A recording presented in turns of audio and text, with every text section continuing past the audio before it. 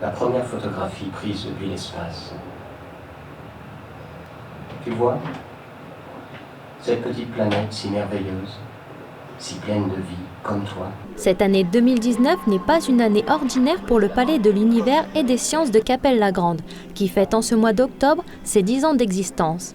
À cette occasion, une quinzaine d'animations, des expositions et des conférences ont été proposées gratuitement au public au cours de la semaine et du week-end dernier.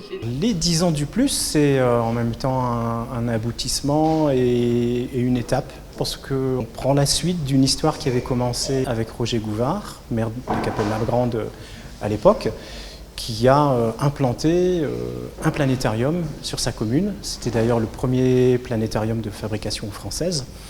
Et 20 ans plus tard, après transfert de compétences entre la ville de Cappelle et la communauté urbaine de Dunkerque, c'est le Palais de l'Univers et des Sciences qui a ouvert ses portes. Lorsque le plus a été inauguré, c'était aussi la fête de la science.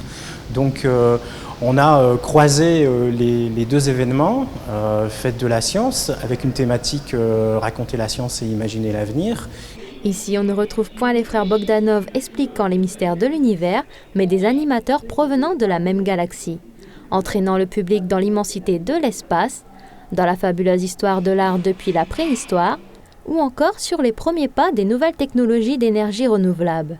L'idée étant de faire découvrir, à travers des sujets du quotidien, l'intérêt que peut avoir la science pour le grand public, la famille, les enfants, les adultes, etc. Donc on parle d'énergie, de transport, de préhistoire, de physique, d'astronomie. En particulier, par exemple, un atelier qui parle de l'espace et puis des missions Apollo, dont on fête les 50 ans cette année. On accueille notre exposition temporaire pour toute cette saison qui traite de la préhistoire et de l'archéologie.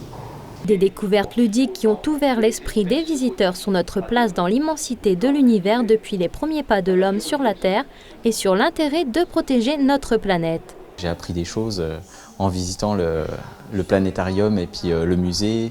Enfin, vraiment, c'est une belle exposition. En plus, il y a une exposition temporaire qui est super intéressante sur l'archéologie.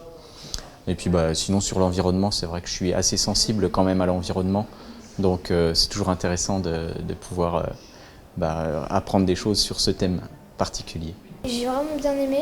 J'ai vu des squelettes, des moulages de squelettes. Et puis aussi j'ai appris des petites choses sur les astronautes, les planètes aussi. J'ai surtout appris quelque chose que j'ai bien aimé. C'est le temps qu'elles mettent pour tourner une fois sur elles-mêmes. Donc ça varie entre toutes les planètes. C'est à travers un voyage plus rapide que celui de la Terre à la Lune que les citadins ont été emmenés vers une meilleure compréhension de l'univers galactique et de l'univers infini des sciences, avec comme dernière escale une balade musicale électrospatiale.